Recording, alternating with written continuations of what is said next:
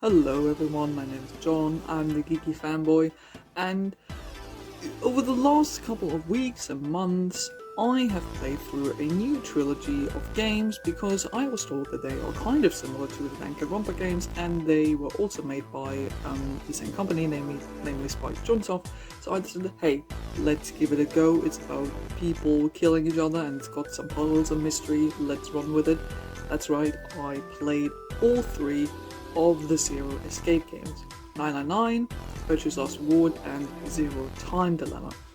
Now, if you haven't heard of these games, which I would be surprised because why are you watching character ranking, but who knows, these games are basically murder mystery escape room games. It's usually about a group of 9 people who are trapped in some kind of location they can't get out of, and they are forced to play a game of like riddles and escape rooms if they ever want to get out. And of course there is also the possibility of death along the way. That's sort of like the general premise for each game. It's all kind of slightly different for each one, but that's basically it. And I decided to play all 3 of them, even though I personally know that I'm not very good at puzzle games, because I just don't have the patience for puzzle games and locked room mysteries. So I'm maybe not the target audience, but I'm a sucker for murder mysteries and people dying brutally for weird reasons, so I was into that. And just because I suck at puzzles doesn't mean I can't enjoy a good and interesting story. So here we are, and I decided, because I played the 3 games and I kind of want to talk about them, so I decided to make a character ranking of this. And last time I did this, like with the Danganronpa games, I did like a tier list thingy because there's just so many characters. But with Zero Escape, I tried to do like an actual ranking. So no tier list. It's actually going to be a ranking of all the characters from worst to best. And we're ranking 29 characters, meaning we're ranking all of the characters who have a bracelet and who have like an actual major speaking role in the games. So that boils down to 29 characters, and we're gonna rank them worst to best. So let's just go with it. Bottom of the list, number 29, I don't think that's a big surprise, it's Eric. Eric just is a douche. I don't think anyone likes Eric. He's just so uncomfortable and has a weird Justin Bieber haircut. Like, I showed a picture of him to my friend who had no idea what I was showing. I was just like, this is a character from a game I've been recently playing. And she immediately pointed at Eric and was like, I don't like him, he looks uncomfortable. So, there you go. It's just like he's whinging all the time. He's got this weird obsession with his girlfriend. And I know he has a bit of a backstory that explains why he's weird, like why he has these laughing problems and all that, but that doesn't detract from the fact that, there's a time where he kills a child, where he's so prepared to just shoot everyone because he's not willing to listen, and he's just not my cup of tea, so let's move on. Number 28 is Old Akane from Virtue's Last Reward. You're gonna recognize a pattern with this, because I don't like Akane very much. And this is, so to speak, her worst version. It's the version you see towards the end of Virtue's Last Reward, when she reveals that in one of the times when she doesn't get killed, she is in the K armor. And then it turns out that once again, Akane is sort of the mastermind behind it all. And I was just tired of that at this point. I was like, I didn't even like you in the first game, and now you're old and grumpy and did all of this again. And I was just like, Akane, there was a reason I didn't like you, and this is not helping with me liking you any more or less, so just go away. The only thing I liked about her was when Tenmyoji saw her, because I was feeling for the old guy, but not really for her.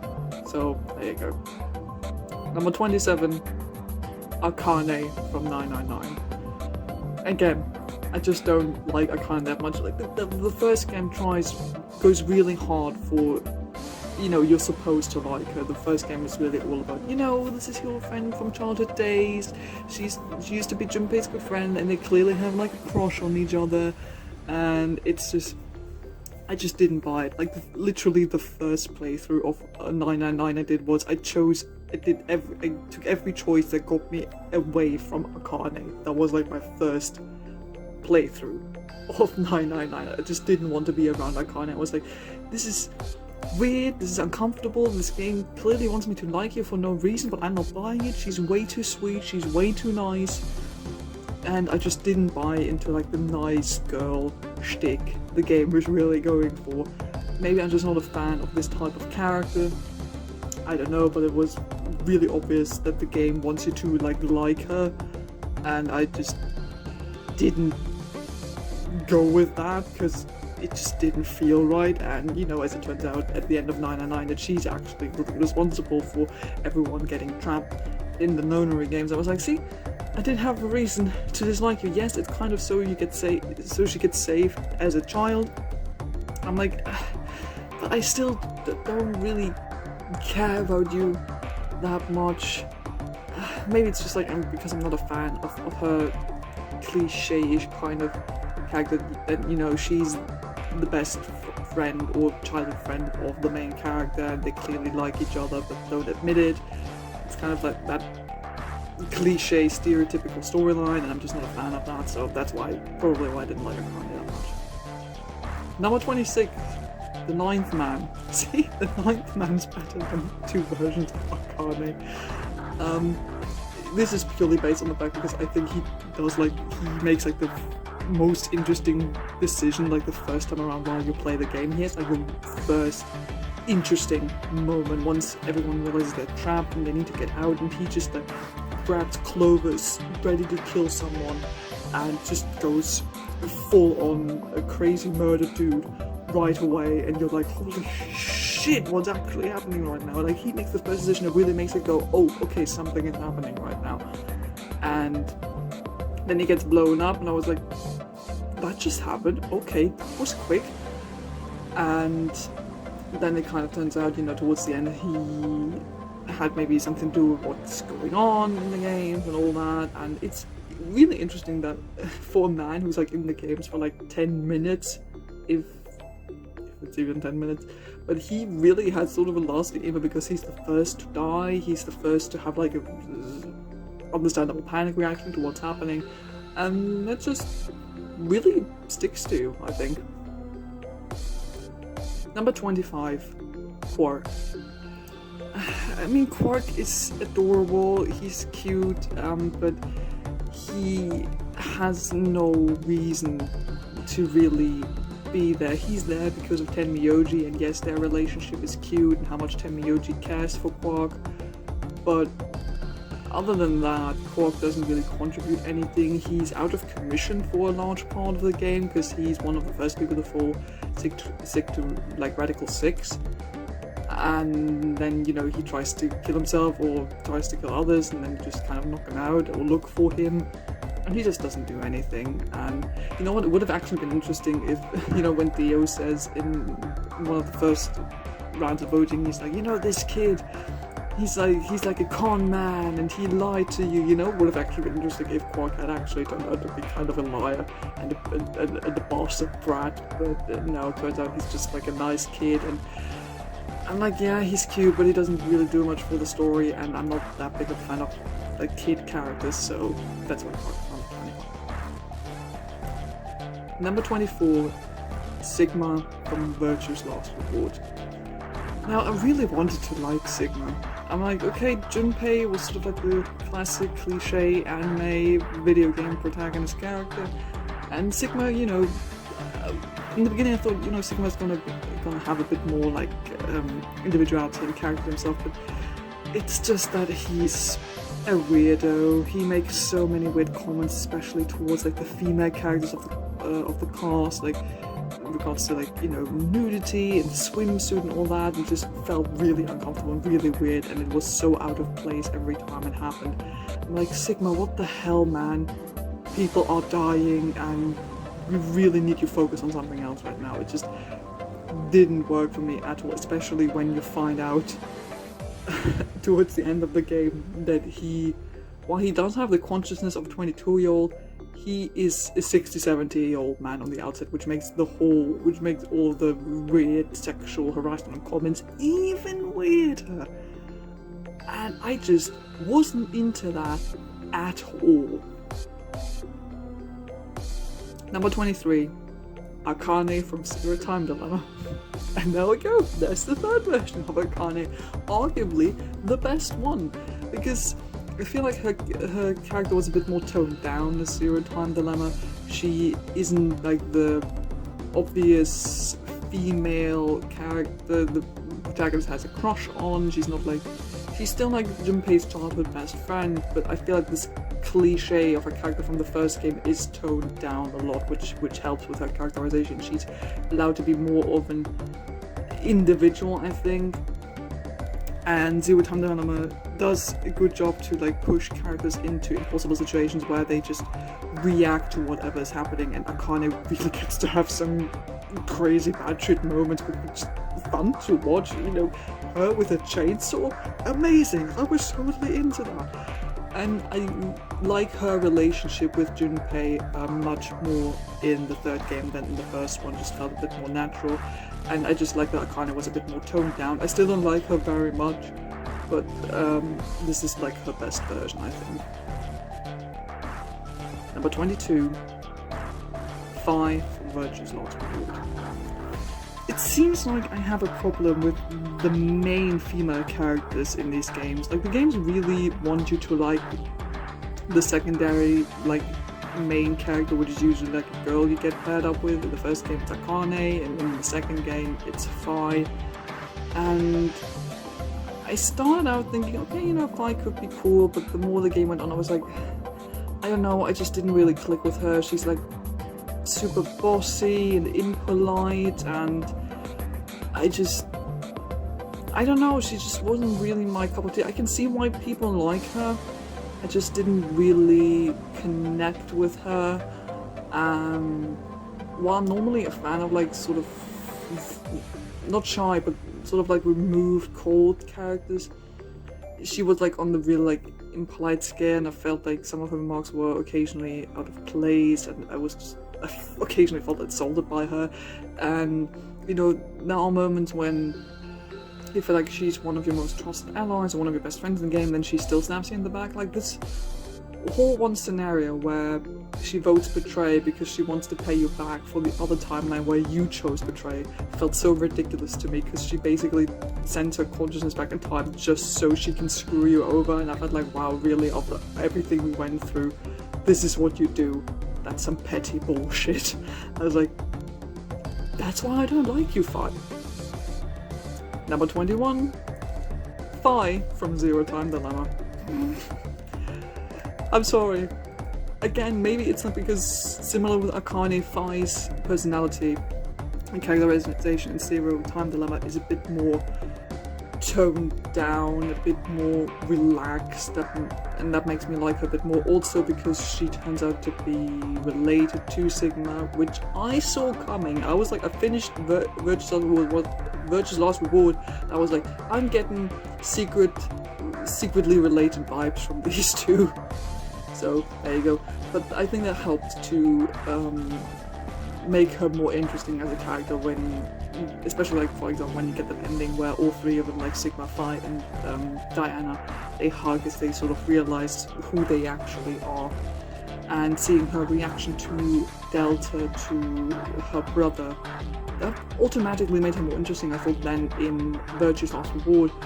It still didn't make me like her all too much, but it certainly made her more interesting, which is why she's higher up than her original version. Number 20, Clover from Virtue's Last Reward. Oh, Clover, what did they do to you? What did they do to you, girl? I like Clover in 999 in her original appearance, but I have no idea what the hell they were thinking in Virtue's Last Reward. First of all, the redesign of her character didn't work at all. Like, I get that she's older, maybe more mature, but did you have to put her into like a Flintstone bikini sexy outfit? Like, she's still young and you still know her from when she was like a kid in 999, so it feels super uncomfortable to watch her in that outfit now. And you would think, you know, with her being some kind of special agent or whatever, that she would have a lot more interesting stuff to do, but not really. She's basically just defined over her friendship with Alice, and she doesn't really get to have her own personality like she did in 999. And I was just hoping for more from her character, if you consider that, you know, she's one of the few reoccurring characters, and you're thinking, oh, she's probably got some really cool stuff to say since she's went through this before, like twice, and no, not really. And while her friendship with Alice is cute, it's sort of kind of the only thing she gets to talk about in Virtue's Last Reward, and I wasn't too much into that. Number 19, Mira. Now, Mira is interesting. She's much better than her boyfriend Eric, and yes, Eric and Mira are the worst additions to the cast in the third game. But Mira is at least interesting in the way that, you know, she's literally a psychopath and a serial killer. How could I not find that interesting? Like, come on, I'm a sucker for those kinds of characters, so of course I'm interested in the serial killer character. Granted, she is not, like, she doesn't have, like, any greater personality than that, and she isn't super detailed like one of the other characters, but I'm just automatically way more interested in the serial killer character, which I would argue is understandable.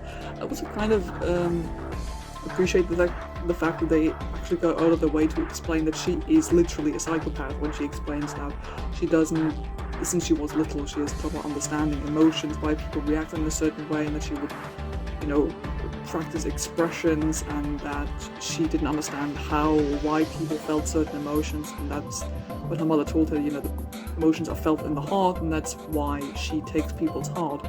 And I just thought it was really interesting that you get that explanation for her, and I did not see that coming, that Mira was going to be like a serial killer. When I got that ending where you shoot Eric and the Mira just cuts out his heart, I was like, holy shit, Mira, I have no idea what's happening right now, but I'm kind of into it. It's super weird and out of nowhere, and I have to admit, like, the epilogue text ending you get for her, where they break her out of prison and try to, like, create a timeline where she doesn't become a serial killer, is super ridiculous. Not in a good way. But, you know, it's the serial killer character, and that automatically makes it interesting. So, there you go. Number 18, Zero/Delta. Now, Delta I thought was actually interesting. He turns out to be the twin brother of Phi, meaning he's also a child of Sigma and Diana. And that automatically makes him so fascinating, especially once you realize that he's the one who's running the game, and why he did all of this. And it's such a good twist at the end of the third game when it turns out you've actually been basically playing as the old man this entire time. And I thought that was so interesting. And yeah, sure, it gets kind of ridiculous when he's like, I have mind hacking powers, especially since just the way they phrase it, mind hacking sounds so like anime weird.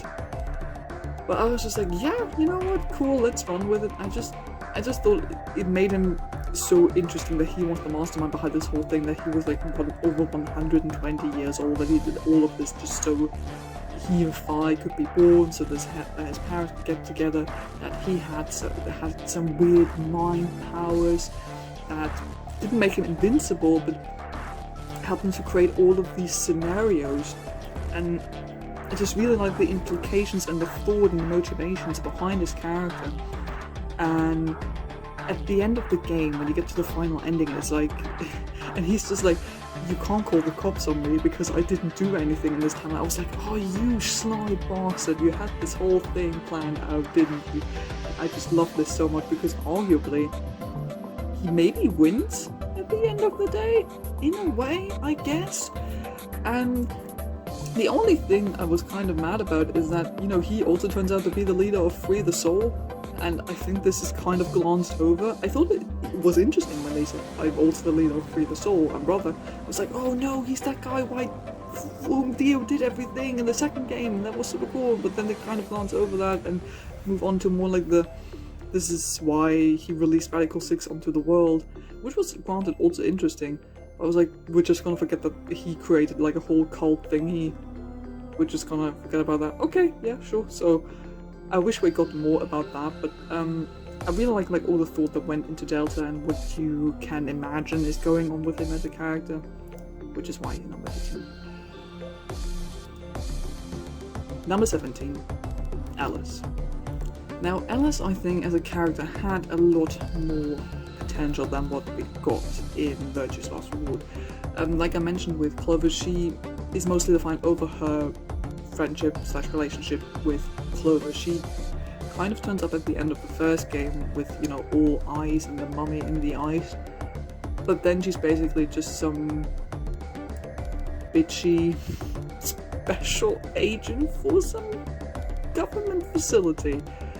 And I like the idea of her. I like that she's sort of the boss in like this duo, and how much she cares for Clover, but how she also cares for her job and really wants to find out who the terrorist is. How she really takes this mission seriously. But then again, she's sort of one of the first characters who acts all bitchy towards you when you go, you know, in the Ally Betray in the AB game, and I just really didn't like that. That was sort of a problem throughout the game, where, you know, characters are like, that you betray them, they're like, oh, how dare you, I hate you now. But then when you choose Ally in that storyline, they betray you and you're like, fuck you, you stabbed me in the back, I hate all of you, you're all assholes. And maybe it's because that was sort of the first time it happened with Alice, and I was like, you know, Alice, fuck off. Maybe it was that, I don't know. But I just didn't really click with Alice's character too much, so she's number 17. Number 16, Santa.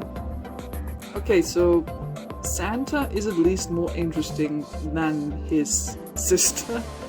I really love his character design. He has one of my favorite designs in the entire series, just like this whole black and white sort of punkish look. I love that aesthetic. And I'm generally a fan of more like I'm not sure if you can call Santa the arsehole character, but, you know, someone who's maybe a bit more brash, who is a bit more like against what you say. If it's not too much on the nose, I really like those sorts of characters, and Santa was kind of that character. He was a bit annoying with it at times, sort of questioning what you were doing, saying, you know, this is a stupid idea and stuff like that. But it kind of helped when, in the second half of the game, you know, he tells you the story of the two Santas, and when he tells you about his sister, and then you realize towards the end of the game, oh, his sister is actually Akane. And I wish we had gotten part of what we get from Santa. I wish we could have gotten for Akane, you know, this sibling bond, the sibling relationship. This really shines through for Santa, which makes him automatically much more interesting than Akane, because it just gives him more of a personality, I thought. While he wasn't like one of my favorites, I thought he was certainly one of the more memorable characters of the first game. For number 15, Q/Sean. Now, I think even though, you know, Q team is the weakest out of all the teams in Zero Time Dilemma, I think Sean/Q is the most interesting addition, because he's, you know, he's kind of just like precious and kind and curious and just kind of a smart kid who has a weird character design where you're immediately thinking, okay, he's got some stuff going on. It's kind of similar to what we see with Kay in the second game, where you're immediately like, okay, weird robot look, what's going on there? And I admit they did have me fooled for most of the game. I just thought, you know, this is going to be like a mask he wears, and at some point the mask is going to come off and then we see what the boy actually looks like. But no, they do go with the full he's a robot approach, which made him so much more interesting, because, you know, yeah, he's a nice kid and he's curious and witty, but, you know, that's kind of it, and I didn't really care too much about him. But as soon as they introduced this whole, you know, he's connected to the real Zero to the real Q, and then it turns out he's a robot and he's part of the facility, that automatically made him so much more interesting. And when you get that storyline of where you can choose, upload his consciousness into like that virtual world while his body, so to speak, stays in the real world. And that was, in a way, so sweet to watch, to see, that this boy now had a good life, but at the same time it was sad because Sean was still left behind with his body and had to deal with the fact that he now learns that he's a robot and is actually connected to this facility and everything else has been going on, that he's a clone. And I think he's maybe one of those characters where I like the idea and the potential in the background on him more maybe than the actual character. And I just think he has a lot of potential, and he's, I think, a very tragic character the more you think about him. But there isn't like too much to his character apart from that, so that's why he's like in the middle of the list. Number 14. Junpei in Zero Time Dilemma. Now, Junpei in the third game, he's just going through an emo phase, isn't he? But I actually think that's kind of adorable. Like, I love his look in Zero Time Dilemma. He's just, everything is toned down. He has like the longer hair. It looks gorgeous. I was like, oh, Junpei's going through some stuff in this game, isn't he? But I kind of like it because it's just like such a breakaway from his original characterization in 999, because you feel like Junpei in Zero Time Dilemma just doesn't give a shit about anything. He's just like so up and prepared to kill people. All he wants to do is be with Akane. He's just like, let's kill some dudes, or, hey Carlos, let's die so my quasi-girlfriend can survive. And you're like, what the fuck, Junpei, what even happened to you? And I think it's kind of a neat, like, in between step for his character when you go like from Junpei in the first game to Tenryoji in the last game, that you can kind of see where this frustration and this the lost love, the love for Akane comes from. You can kind of see this in the Zero Time Dilemma Junpei, I think. And it's kind of weird to explain why I like him. Like, he's not my favorite in that game, but I was weirdly interested in just like Junpei going through this emo phase and not giving a fuck about the other people, and some of the other characters just being done with his sport, especially like Akane being like, Junpei, what the hell happened to you? I was like, I don't care. Look at my boy, he's going through some stuff, let it be. And for number 13, Junpei 999. So here we go, the original Junpei, slightly better than the Zero Time Dilemma Junpei. Maybe it's just because, Junpei is not so much of an arsehole in the first game. Yeah, he's a bit more of like, the cliche anime video game protagonist kind of character, but I feel like he's not too cliche. He's not like Makoto in Danganronpa 1, for example. I feel like Junpei in 999 has personality. It's, even though I don't like Akane that much, Junpei's friendship feelings for her are adorable, and you can kind of understand why he likes her so much. I just like his interaction with all the characters. They felt very natural. I like that he wasn't always passive. He occasionally hit back at people, or that he was prepared, to say something, stood up when occasion called for it. I just think that Junpei is a good, like, solid character to like play as, especially in the first game, which introduces you to the series. He's like not too much of a blank slate. He actually has some personality, he has a bit of background which gets explored throughout the first game, and it was just fun to play as him and explore his relationship with the other characters. And for number 12, K. I was immediately fascinated with Kate. I mean, you put a giant robot man in front of me, voiced by Travis Willingham, and I was immediately like, okay, you're interesting, what's your whole deal? And I have to admit, maybe I like the idea and the potential of Kay more than the actual character, because at times you just don't know, is it just like, normal Kay? Is it Arcane Kay? I don't know. But that didn't detract too much from his character, because he's just, you're thinking he's gonna be maybe like a bit of an idiot because he has amnesia, he's gonna be more in the background, or I don't know. You just don't expect him to be like this shy, quiet, maybe actually kind of passive guy with a really soft-spoken voice. And I was just immediately drawn to him. He's like so polite and calm and collected. He knows some stuff, but at the same time he's concerned over like his lost memories, and you just really want to know what's the deal with him. And he's just immediately like the sort of mysterious character you want to know more about, because he doesn't remember anything and he looks like he looked, and you're like, okay, what the hell is your whole deal? I want to know more about you. Number 11, Tenmyoji. Now here's the best version of Junpei, Tenmyoji. Now I had my thoughts as I was halfway through the second game, thinking, is Tenmyoji going to turn out to be like an old version of a 999 character? Is he old Junpei?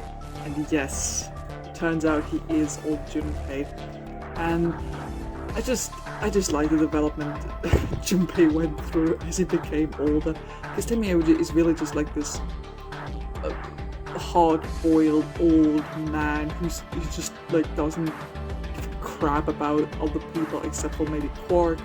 He's just like done, he's a bit more badass, and I just like how he doesn't take shit from anyone, and he's so protective of Quark. Even though I didn't like Quark that much, I really like the relationship between him and Tenmyoji, because Tenmyoji is just so protective of this kid, and you feel like he's not going to get along with any of the other characters, but then you see, how heartwarming his relationship with his grandson actually is, and you kind of connect with him over that, and how concerned he is about Quark getting better.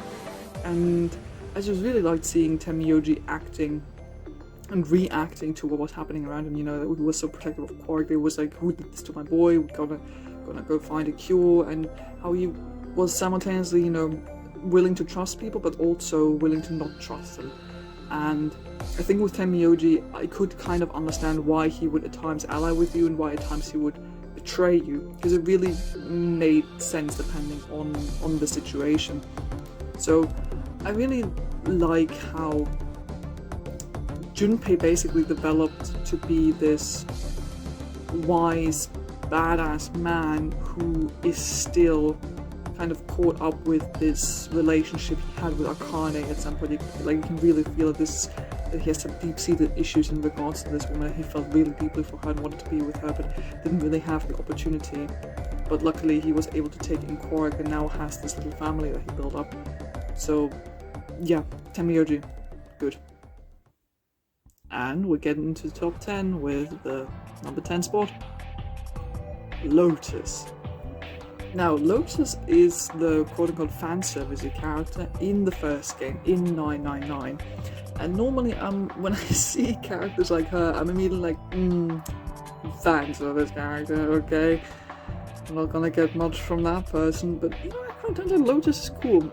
Just because Lotus dresses like that doesn't mean she can't do other cool shit. It turns out she's actually really useful and can do all those cool computer programming and stuff, which is really useful throughout the game. And I just like that there is so much more to Lotus than meets the eye when you talk to her and you find out who she actually is, how much she knows, how many relevant information she actually has. And when she talks about her kids who were caught up in the non-rig in the first time, you really connect with her, because you wouldn't necessarily expect her to be this, you wouldn't expect her to be this kind of mother figure. And I was really, really into that she had so many facades to her character that you wouldn't expect from her. And then she just has the most adorable relationship with Seven. Like, these two would make such an adorable couple. You bet your butt they get together at the end of the first game. Like, afterwards, you just immediately like, yeah, these two, this works so well together. And I just like how Lotus is, she's very confident. She likes the way she dresses, she likes what she does, and I just enjoy that, she dresses like that. But that doesn't mean that she's automatically like a super like sexual character. She's just confident in what she does. She's confident in herself, in her sexuality, in her job, and I just like that there's more to her character than meets the eye. Number 9, Sigma from Zero Time Dilemma. Now, this is what I wanted Sigma to be like in the second game. This is the Sigma I like. This is 22-year-old body Sigma, but with the consciousness of his 67-year-old self, and it just works so much better. He's wise, he knows when he needs to be tough, he doesn't make like weird remarks about women in swimsuits all the time. He's just a good, strong protagonist. You can really understand why someone like Diana would fall for him, because you just feel safe with this version of Sigma. He's protective but not overprotective, he gets emotional at the right points, he doesn't make any weird remarks, he is intelligent but not like genius level intelligence, he's not impolite, he always tries to make the right decision. He's just an all-around good guy, and I was like, why couldn't we get this Sigma in the second game? Like, I know why, it has a narrative explanation why he isn't quote-unquote the same. But I just felt so much more comfortable with this version of Sigma, and since he is arguably, sort of like a protagonist still in Zero Time Dilemma, he's definitely like one of my favorites to get to play as, and I'm so glad that we got this version of Sigma in the third game. Number 8 is Clover from 999. Now, this is the superior version of Clover. This is how I like Clover. She is the sister of Snake, and the relationship with her brother is really cute. While she is partly defined over her relationship with her brother, and you can really tell how much these two care for each other, she's not only defined over her relationship to another person like she is in Virtue's Last Reward with Alice. No, Clover really gets to do her own stuff. Well, on the one hand, she is that adorable, little girl character that you think her to be when you see her, but on the other hand, she really gets to be her own character. She gets to show her interest, she gets to show how much she cares for her brother, what she values, what her history is in regards to the Nonary game. This was just so much more interesting, and it was fascinating to interact with her and find out about what her past is with her family and with her brother, and how familiar she actually is with the Nonary games. And if like me, you get the axe ending, it's like it's the first ending I got, and she just like cuts down everyone because she's so frustrated over not being able to find her brother. You just immediately understand who this character is, and the implications of that are like so messed up. And I'm so glad that was my first ending, because I was immediately like, okay, first off, what the fuck, Clover? You just did the most badass, brutal shit ever, okay? And it made me go, okay, that's the first ending, now I want to see what else happens. And I just like her, she's just like such an endearing character to interact with, and it's really nice to see her like progression throughout the game, because she really has like this emotional journey after Snake goes missing. And you see her grieving over her brother, but at the same time you see how she deals with, re-entering the Nonary game, what her past is, but also what she's like as an individual. So this is definitely the superior version of Clover.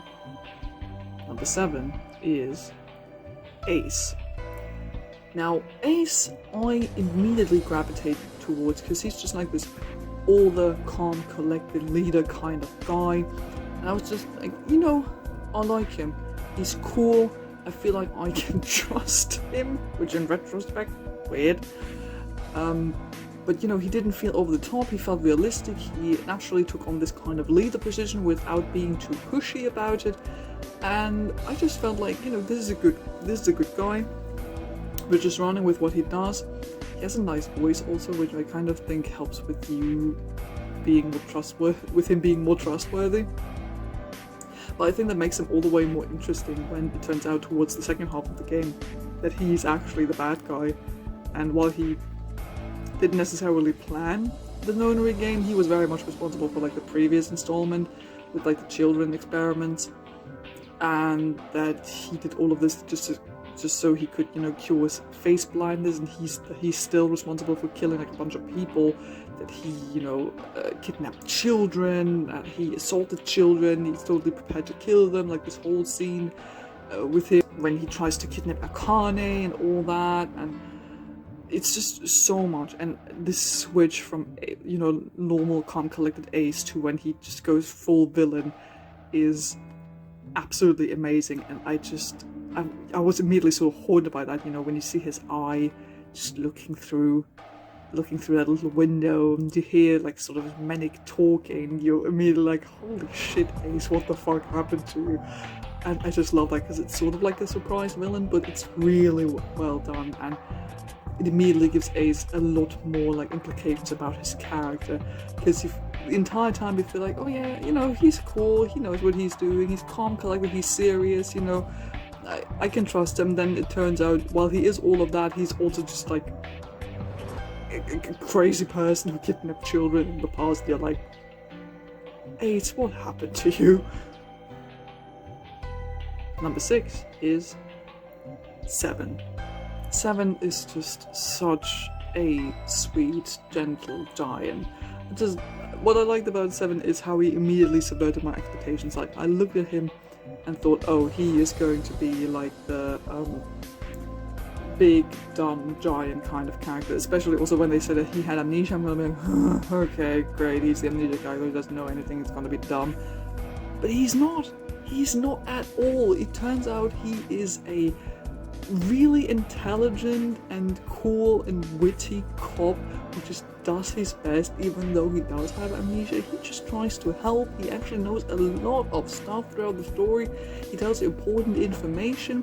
He's chill about everything because you kind of expect him to be like a sort of hard-boiled, rough and tough kind of dude who like disagrees with everything you say, but he's actually, pretty chill and tells you a lot you need to know and helps you throughout the story, and is basically really understanding of anyone he interacts with, even if people disagree with him. He's just sort of trying to keep everything calm, and he's trying to stay level-headed, which I guess comes from him being a cop who, as it turns out, actually investigated the child kidnappings back in the day, when Akane and Santa and all the others were kidnapped as children. It turns out he was the police officer who helped them that day, and it was so sweet to just watch that flashback where he helps the children, how gentle he was with them, how he just wanted to get all of them out. Like, he didn't care. You really feel like this man is prepared to die if it means he can save people's lives. And he's just like this really kind of comfortable character you love being around, where you feel like, I can really trust this guy. He's good. He's going to help you, and he just has some really nice and sweet interactions with everyone in the group. And again, his relationship with Lotus, so cute, so adorable. I ship it. 7 is good. And number 5 is Luna. Now, Luna is just such a sweetheart. We all love Luna, don't we? She's the sweetest. She was one of the few characters in the second game where I was like, I feel like I can really trust you. I feel like I know what you're doing, and I can just be calm around Luna. I don't have to worry about you. And I mean, honestly, what more is there to say? I mean, she's just so sweet to be around. She is helpful at all times, and while she is sort of shy and kind of, careful about a lot of stuff, she knows when she has to do stuff. When she's in nurse mode and tries to help Quark and all the others, she's always on the uptake and wants to help. She isn't dumb. She's just sort of a bit shy at times. But she's curious. She helps you. She's always prepared to give anyone or everyone the benefit of the doubt. She is super adorable. And she smiles and was like, oh, you ally with me as well. That's so sweet. And I was like, oh my god, Luna, why are you so adorable?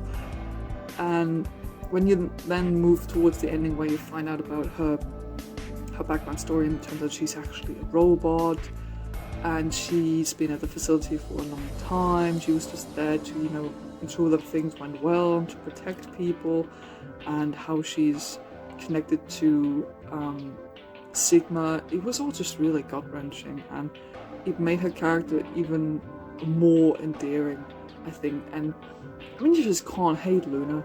can you? Luna is just the best. Number 4 is Diana. Now, see, basically Diana is the original Luna. So, of course, these two would be close together. Diana is just so sweet. Yeah, like I said, she's basically the original Luna, and what I like a bit more about Diana and Luna is that Diana gets to show more of, like, different sides to her personality. She's just like Luna. She is like this really sweet and kind of shy woman who is prepared to help you at all times, who's willing to give you the benefit of the doubt, who's loyal to you, who likes to trust people, who tries to see the good in people, but she isn't fallible. And I like that you see that in some of the other storylines, that she can break, that she can be angry, that she can be anxious about stuff. Like, I really like the storyline when it's just her and Sigma alone at the facility, and she like really goes into like depression mode and just starts out with, you know, this is actually kind of nice, and then she just descends into not full-on madness, but then she just becomes really frustrated with what's happening. And I thought that was such an understandable development, and I was just happy that you could see in Zero Time Dilemma how different sides of the character shine through, which you didn't really get with Luna. Luna was just always kind of the same nice character, and Diana was allowed to show more of a range of emotions and was allowed to react like really, really different scenarios. Her relationship with Stigma is just the sweetest, isn't it? I mean, you just can't hate that, can you? And there's like this theme of motherhood that also comes back in here, and you can really sense the connection that goes on, like in the D team with her and Sigma and Fire, how all of these three people are like closely knit family, and Diana is certainly the heart of it. And it was just so sweet being around with her, because she really is, like, I think, a good example for like the shy, nice girl kind of character, but who's also allowed to show other sides of her personality. Getting into the top 3, and number 3 is Carlos. I did not expect to like Carlos as much as I did, because, you know, not all of the new additions to the cast in Zero Time Dilemma were that great. Q team. But turns out Diana and Carlos were my favorite characters in that game. And Carlos is basically like the best protagonist character in this series, because he's just an all-around good guy, hero dude. And I just like being around him, because you just feel like he is the protagonist of a drama story. You know, he has this background story with his sister who's sick, and he just wants to help her. That's why he does all of this. He needs money to save his sister. I mean, how much more like pure as an intention do you get to do deadly puzzles? It's just super sweet, man. And he's third wheeling so hard for Junpei and Akane. It was super funny, but in a way I like how cool Carlos was with all of that. He's just a champion all the way through, and I like that he basically becomes full-on superhero as the game goes on. It's kind of a bit ridiculous if you think about it. He just like discovers his shift powers, and it's just like shifting all over the place. I'm like, I'm gonna save you, I'm gonna shift into that timeline, I'm gonna shift into this timeline. I'm like, I have superpowers now, and it's so badass. And I'm thinking, okay, Carlos, slow it down a bit. But I don't know, it's hard to explain, but I just think Carlos is really good. Protagonist kind, just like the protagonist character. And I like that with him you also get to have some really badass, brutal moments, like just this whole scene with him and Akane, both of them like with axes and weapons, and it's absolutely insane. And the solution and the path where the solution is that Carlos kills Akane is just so fucking brutal. How he just loses a hand and then has a breakdown over killing Akane. It's just absolute madness. And I just liked watching Carlos going through this development of discovering what's actually going on, discovering his powers, learning how to utilize them and learning how to save the people he actually wanted to save. And like I said, he's a good protagonist character, and I'm so glad that one of the like new additions to the cast in the third game was in my top 3. Number 2, Dio. I bet you did not see this one coming, because Dio is just an arsehole, isn't he? Dio is a huge wanker throughout all of the second game, and that's what I like about him. He's an arsehole, and he doesn't change. I can always rely on the fact that Dio is going to be an arsehole. In a way, he's similar to Luna, as in I can rely on this guy. I know what he does. He's always going to choose betray. He's not going to choose something different. I know what this guy does, and I can rely on that. And in a way, that was reassuring. Also, I'm a huge fan of his character design, because it's sort of like circus attire, but it also looks elegant. I just was immediately drawn to that. Also, I'm biased because he's voiced by Liam O'Brien, who's the best. So I was immediately like, okay, cool, yeah, I like you, even though you're a huge twat.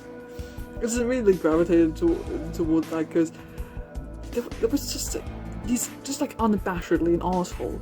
He like doesn't try to hide it. He's just like slick, smooth talking motherfucker asshole, and there is an honesty to that in a way. I was like, you know what? I respect this. And I honestly did not expect the game to give us an explanation for why Dio is the way he is. But when then turns out that he's actually the religious terrorist from Free the Soul, and that he's just like an absolute bloody murder machine, I did not see that one coming. And that just made him all the more interesting, because it gave context to what he was doing, to why he was there. He was not just an arsehole, but he was an arsehole with a mission.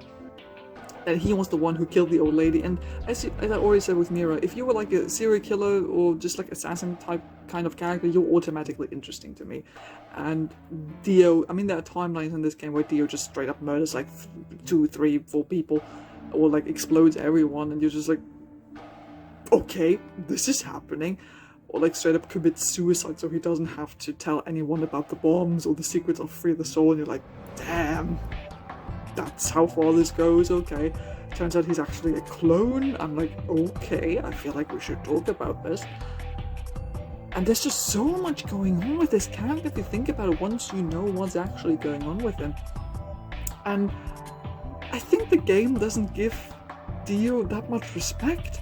Like when you get towards the end, like proper endings of Virtue's Last Reward, and they tie him, like they handcuff him to the sink, and they just leave him there. They make him unconscious several times, and I feel like we should get like at least a final interaction with him to sort of question him about what's going on with Free the Soul. I just felt like there had to be one final explanation. The characters are just like, we're not as bad as Dio, we're not killers, and then they're able to leave, and they're just like, you know what, we're gonna leave him here. I'm like, wow, thanks guys, yeah, you're so much better than this dude who's now handcuffed to a sink with no food, with no water, with no possibility to go to the toilet.